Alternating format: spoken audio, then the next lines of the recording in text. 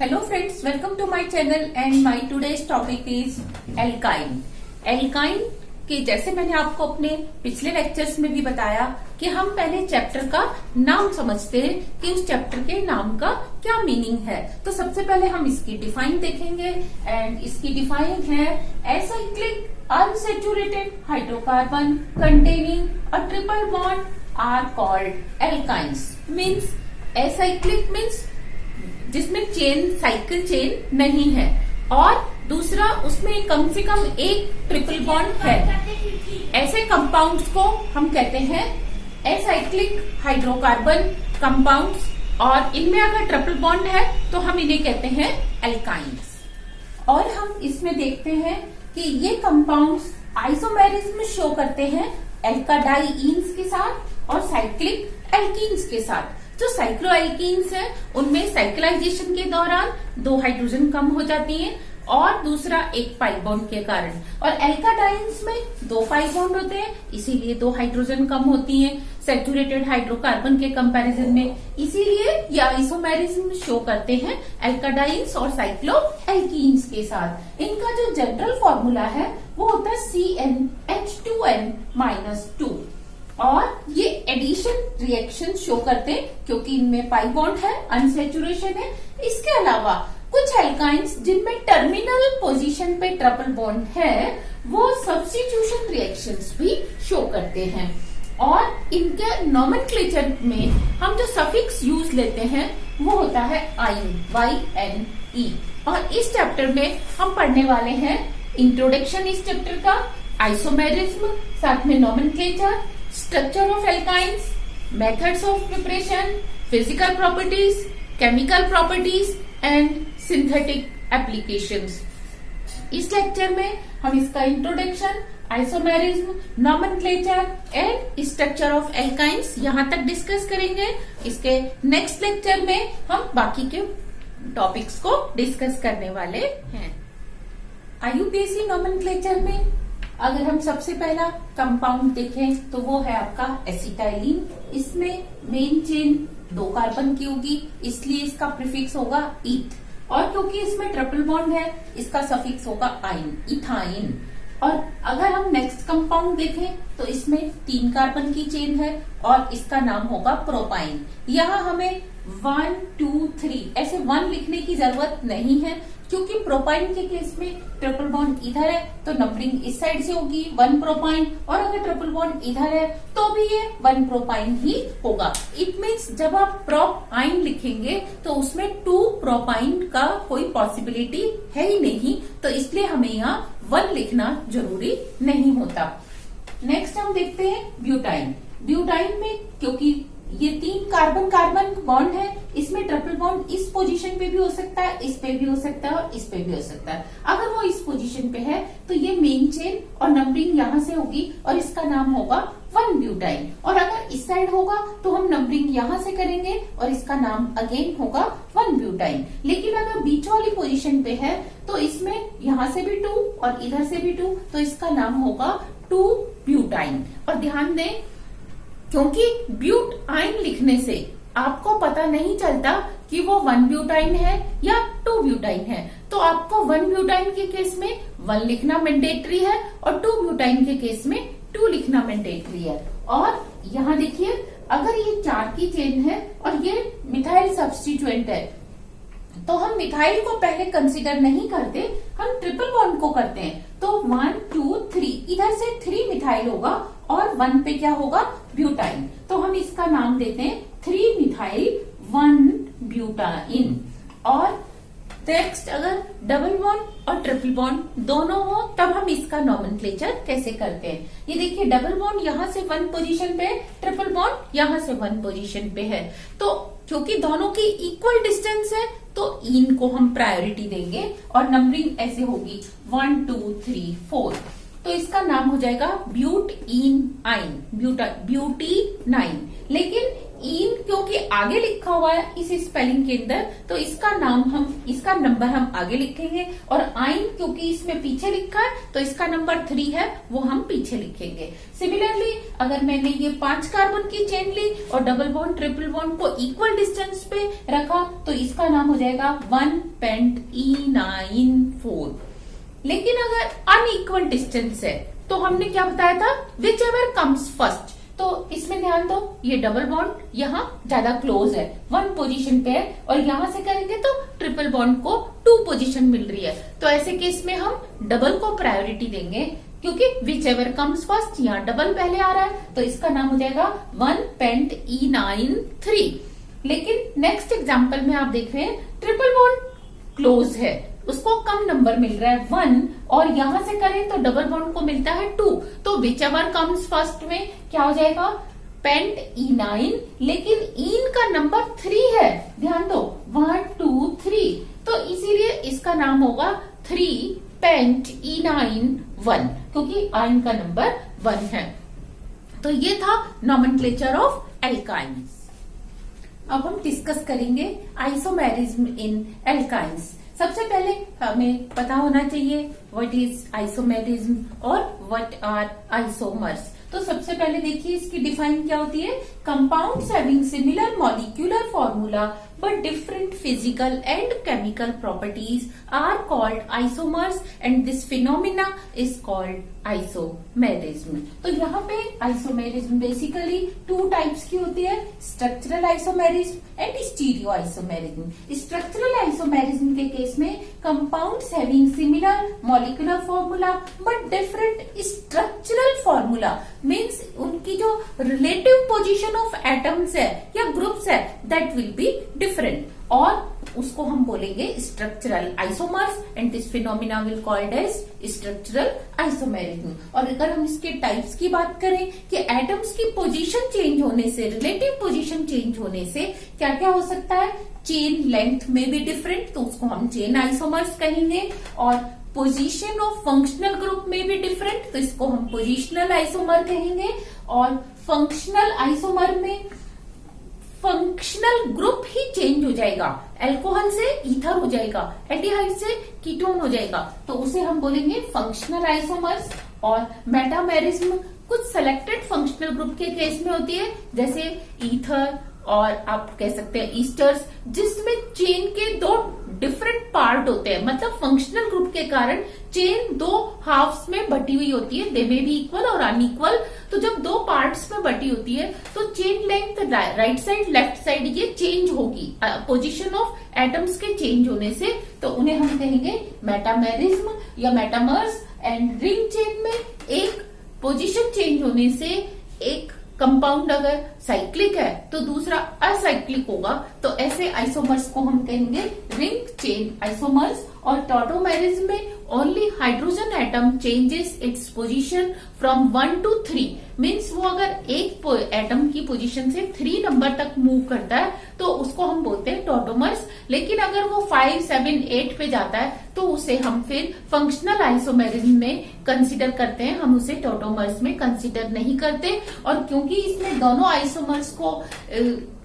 Isomers के बीच में equilibrium रहता है, इन्हें आइसोलेट करना डिफिकल्ट होता है, तो समटाइम हम इसको ट्रू आइसोमर नहीं कहते, इसको हम इक्विलिब्रियम में ही काउंट करते हैं। और इधर हम बात करें स्टीरियो आइसोमेरिज्म की, तो स्टीरियो आइसोमेरिज्म में compounds having similar molecular formula, similar structural formula, means relative position of atoms will remain same, लेकिन different orientation of groups in space, means उसी जगह पे रहते हुए, जैसे कोई 1 नंबर पे है कोई 2 पे है, ग्रुप वही रहेगा लेकिन उसकी पोजीशन इन स्पेस, पहले अपवर्ड है तो फिर डाउनवर्ड हो जाएगा, डाउनवर्ड है तो अपवर्ड हो जाएगा, सिर्फ उसका ओरिएंटेशन स्पेस में चेंज होता है। तो ऐसे आइसोमर्स को हम स्टीरियो आइसोमर्स कहते हैं। और ये 3 टाइप की होती है, geometrical isomerism, optical isomerism and conformational isomerism, जिसको हम इस चैप्टर में यहाँ डिस्कस नहीं करेंगे, इसे हम आइसोमेरिज्म के चैप्टर में डिस्कस करेंगे। तो हम देखने वाले हैं कि एल्काइंस कौन कौन सी आइसोमेरिज्म रिप्रेजेंट कर सकते हैं। They can represent chain isomerism, they can represent position isomerism, they can represent ring chain isomerism and functional isomerism. तो ये 4 टाइप की आइसोमेरिज्म हम एल्काइन में डिस्कस करेंगे। तो सबसे पहले हम डिस्कस करेंगे chain isomerism in alkynes. Chain isomerism में आप देखिए ये फर्स्ट एग्जांपल 1 2 3 4 5 6 कार्बन एटम्स की चेन है और एल्काइन की पोजीशन है, आयन की पोजीशन 1। तो इसका नोमेनक्लेचर होगा 1 हेक्स आयन। तो आप इसके नोमेनक्लेचर में ध्यान दो, चेन के लिए आपने क्या यूज किया, हेक्स यूज किया है, पोजीशन के लिए आपने 1 यूज किया है और फंक्शनल ग्रुप के लिए आपने आयन यूज किया है। तो अब जो नेक्स्ट हमारा आइसोमर होगा उसमें पोजीशन भी चेंज नहीं होगी, उसमें ट्रिपल बॉन्ड भी चेंज नहीं होगा, मीन्स ये भी चेंज नहीं होगा, ये भी चेंज नहीं होगा, सिर्फ हेक्स की जगह आप क्या लगेंगे, पेंट या ब्यूट या प्रॉप लिखेंगे। तो ध्यान दो, इसका नेक्स्ट में एक कार्बन अगर यहाँ आ जाता है, चेन 5 की बन जाती है, तो 1 2 3 4 5, तो 4 पोजीशन पे मिथाइल है और 1 पे क्या है, एल्काइन। तो हम इसका नाम देंगे 4 मिथाइल 1 पेंटाइन। तो देखो जो मेन चेन थी वो हेक्स की जगह कितने की हो गई, पेंट की हो गई, 5 की हो गई। तो इसीलिए हम इसको बोलते हैं चेन आइसोमर। इसका एक और आइसोमर बन सकता है कि 2 कार्बन साइड में आ जाए, तो 1 2 3 4, तो ये हो जाएगा 3 3 डाइमिथाइल 3 3 डाइमिथाइल 1 ब्यूटाइल। तो आप देख रहे हो 1 भी एज सच है, आयन भी एज सच है, केवल हेक्स की जगह पेंट और पेंट की जगह क्या हो गया, ब्यूट हो गया। तो ऐसे आइसोमर्स को हम क्या बोलते हैं, चेन आइसोमर्स, जिसमें चेन लेंथ जो है वो डिफरेंट हो जाती है। कैसे, position of atoms, relative position of atoms. जो पहले एक चेन में लगे हुए थे 6 कार्बन, उनमें से एक चेन ने अपनी पोजीशन चेंज कर ली और वो कॉर्नर से सेकंड पे आ गया, वो थर्ड पे भी आ सकता था। तो हम इसको कैसे, यहाँ आ जाता तो हम इसका नाम देते 3 मिथाइल 1 पेंटाइन। तो इसीलिए ये जो आइसोमर इसके साथ रहेगा वो क्या रहेगा, चेन आइसोमर। सिमिलरली अब हम देखते हैं पोजीशन आइसोमेरिज्म। इसमें क्या होने वाला है, position of functional group will be different. तो ये देखो चेन विल रिमेन सेम। अगर पेंट की चेन है तो दूसरे कंपाउंड में भी 5 कार्बन की ही चेन है। तो देखो 1 2 3 4 5, तो इसका नाम होगा 1 पेंटाइन। लेकिन दूसरे में again length of chain 5 carbon की है, फंक्शनल ग्रुप 1 पोजीशन से किस पे आ गया, 2 पे आ गया। तो यहाँ पे position of functional group is getting change, तो इसलिए हम इसको कहते हैं position isomerism. Next category of isomerism is functional isomerism shown by alkynes। तो ध्यान दो, इसमें फर्स्ट कंपाउंड हमने लिया C4H6 फॉर्मूले के साथ, CH triple bond C CH2 CH3 1 butyne. और दूसरा कंपाउंड आपने सिर्फ पोजीशन चेंज की है कि हाइड्रोजन यहां से इधर आ गया, एक हाइड्रोजन इधर चला गया, तो अब क्या हुआ, 2 हाइड्रोजन ने अपनी पोजीशन चेंज की, तो डबल बॉन्ड ने अपनी पोजीशन, एक पाई बॉन्ड ने अपनी पोजीशन चेंज कर ली, तो इसका नाम हो गया 1,3 ब्यूटाडाइईन। तो आपने देखा दोनों में जो मॉलिक्यूलर फॉर्मूला है वो C4H6 है, लेकिन फंक्शनल ग्रुप ही चेंज हो गया, ट्रिपल बॉन्ड की जगह डाइईन हो गया। तो ऐसे आइसोमर्स को हम कहते हैं फंक्शनल आइसोमर्स। और next example is ring chain isomerism. जो रिंग चेन आइसोमेरिज्म है, इसमें सेम मॉलिक्यूलर फॉर्मूला होगा, लेकिन एटम्स की पोजीशन चेंज होने से एक कंपाउंड साइक्लिक होगा और दूसरा एसाइक्लिक होगा। तो इसका एग्जांपल देखो, ये आपने 2 ब्यूटाइन लिया जिसमें फॉर्मूला है C4H6 मॉलिक्यूलर फॉर्मूला, और अगर आपने इसको इस तरीके से अरेंज किया कि एक हाइड्रोजन इधर एक हाइड्रोजन इधर आ गया और इन दोनों कार्बन ने आपस में बॉन्ड बना लिया, तो आपको मिल गया साइक्लोब्यूटीन। इसको आप कह सकते हो साइक्लो 1 ब्यूटीन या ब्यूटीन, 1 लिखने की यहाँ जरूरत नहीं है। तो अब आप ध्यान दो कि पोजीशन चेंज होने से एक आइसोमर ओपन चेन है, दूसरा साइक्लिक है, तो ऐसे आइसोमर्स को हम कहते हैं रिंग चेन आइसोमर्स। और अगर आपसे कोई पूछे कि 1 ब्यूटाइन और 2 ब्यूटाइन में क्या है, देखो मॉलिक्यूलर फॉर्मूला तो सेम ही है, लेकिन इन दोनों में position of functional group different है, तो ये कंपाउंड और ये कंपाउंड आपस में पोजिशनल आइसोमेरिज्म शो करेंगे। अच्छा, इसमें और इसमें कौन सी आइसोमेरिज्म है, ध्यान दो कि वो डबल बॉन्ड है 2 और इसमें ट्रिपल बॉन्ड है, तो again it is a functional isomerism, मतलब ये इसका भी फंक्शनल आइसोमर है, इसका भी फंक्शनल आइसोमर है। और अगर हम इन दोनों की बात करें, इन दोनों में कौन सी आइसोमेरिज्म है, अगेन रिंग चेन, क्योंकि ये 2 डबल बॉन्ड है और इसमें क्या है, एक कंपाउंड ओपन चेन है, एक कंपाउंड साइक्लिक है, तो इसमें रिंग चेन। और अगर हम इसकी और इसकी बात करें तो भी क्या होगा, रिंग चेन की एक ओपन चेन है और एक साइक्लिक कंपाउंड है। तो इस तरीके से अगर हमें कॉन्सेप्ट क्लियर है तो हम बता सकते हैं कि गिवन कंपाउंड्स में कौन सी आइसोमेरिज्म है। अब हम देखते हैं structure of alkynes. Now we discuss structure of alkynes. Structure of alkynes में ध्यान दो कि ये अगर आपने एसिटाइलिन ले रखा है तो क्योंकि इस कार्बन और इस कार्बन दोनों ने 2 पाई बॉन्ड बना रखे हैं तो they must have 2 unhybrid p orbitals. तो इसका जो हाइब्रिडाइजेशन होगा वो भी sp होगा और इसका भी sp होगा, क्योंकि जब ये ट्रिपल बॉन्ड होता है तो इसमें एक सिग्मा और 2 पाई बॉन्ड होते हैं। तो ध्यान दो इसका ऑर्बिटल पिक्चर डायग्राम कैसे बनने वाला है कि आप एक पहले कार्बन ड्रॉ करेंगे जिसको मैंने ब्लैक कलर से किया है। ये इसके 2 मैंने sp हाइब्रिड ऑर्बिटल्स बनाए हैं। ये इस कार्बन के 2 sp हाइब्रिड p ऑर्बिटल्स हैं, दोनों के बीच में 180 डिग्री का एंगल होता है और ये दोनों आपस में जब ओवरलैप करते हैं तो आपको एक सिग्मा बॉन्ड मिलता है। नेक्स्ट, इसी कार्बन के पास 2 अनहाइब्रिड p ऑर्बिटल है। सपोज एक बोर्ड के प्लेन में है और एक perpendicular to the board plane है, तो ये ग्रीन कलर से जो मैंने ड्रॉ किया है that is in the board plane और इसका भी ये इन द बोर्ड प्लेन है। तो ये दोनों आपस में क्या कर सकते हैं, साइड बाय साइड ओवरलैपिंग करके क्या बना सकते हैं, एक पाई बॉन्ड। इसके अलावा इसमें ये एक जो रेड कलर से बनाया ये आउटसाइड द बोर्ड प्लेन है, इस तरीके से, ये भी इस तरीके से है।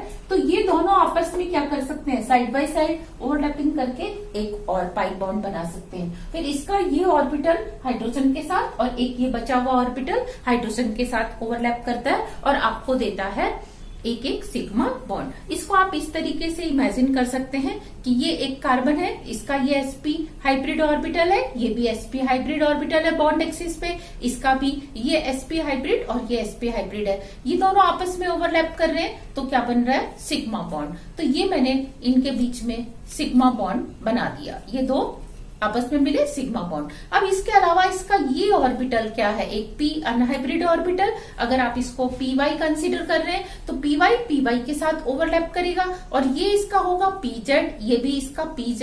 तो pz के साथ ओवरलैप करके पाई बॉन्ड बनाएगा। तो क्योंकि इसका y डायरेक्शन में भी है और z डायरेक्शन में भी, अगर आप बॉन्ड एक्सिस को z मानते हैं तो इसको आप y और इसको आप x कंसीडर कर सकते हैं। तो ये कई बार ये आपस में भी क्या होते हैं, फ्यूज हो जाते हैं। तो फ्यूज होने से कार्बन कार्बन के बीच में एक सिग्मा बॉन्ड तो है ही, लेकिन इसके चारों तरफ एक पाई इलेक्ट्रॉन्स की इस तरीके से रिंग बन जाती है, सिमेट्रिकली डिस्ट्रीब्यूशन हो जाता है और इधर ये हाइड्रोजन और ये हाइड्रोजन रहता है। तो इस तरीके से जैसे कि आप मान सकते हैं कि इस पेन की जो रिफिल है वो कार्बन कार्बन बॉन्ड है और इसका ये जो कवर है वो क्या है, पाई इलेक्ट्रॉन डेंसिटी इसके चारों तरफ इक्वली डिस्ट्रीब्यूटेड होती है। अगर आपको ये एसिटाइलिन की जगह प्रोपाइन का स्ट्रक्चर ड्रॉ करना हो तो आप कैसे ड्रॉ करेंगे, किसी एक कार्बन पर आप मिथाइल लगाएंगे। तो मैंने क्या किया, इस हाइड्रोजन को सब्स्टिट्यूट कर दिया मिथाइल से। तो मिथाइल क्या होता है, sp3 हाइब्रिड होता है। तो यहाँ आपको 4 ऑर्बिटल ड्रॉ करने हैं, एक जो इसके साथ ओवरलैप करेगा, आप इसको इसके सामने बनाइए इस तरीके से क्योंकि हेड टू हेड ओवरलैपिंग होगी, और इसके ये 3 बाकी के ऑर्बिटल होंगे जिनके साथ हाइड्रोजन जुड़े हुए होंगे। तो ये डायग्राम हो जाएगा प्रोपाइन का। और अगर आपको 1 ब्यूटाइन बनाना है तो आप इसका एक हाइड्रोजन और सब्स्टिट्यूट कर दीजिए और ये आपका बन जाएगा 1 ब्यूटाइन। लेकिन अगर आपको 1 ब्यूटाइन की जगह 2 ब्यूटाइन बनाना है तो आपको एक इधर मिथाइल लगाना होगा, एक इस कार्बन के ऊपर मिथाइल लगाना होगा। तो आपका जो स्ट्रक्चर होगा वो कुछ इस तरीके से होगा कि यहाँ पे हाइड्रोजन रहेगा और इस हाइड्रोजन की जगह एक और मिथाइल ग्रुप आ जाएगा इस तरह से, और इसको हम कहेंगे 2 butyne.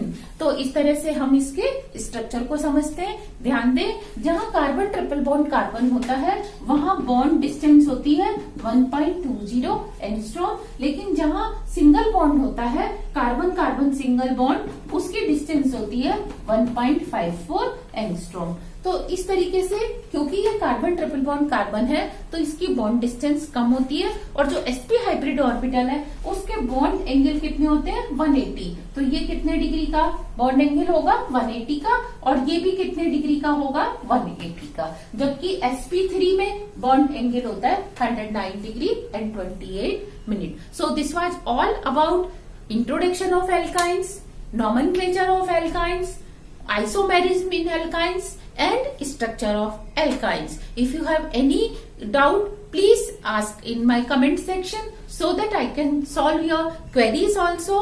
Thank you very much. All the very best. And in my next lecture, I will discuss methods of preparation and physical properties. Thank you. All the best.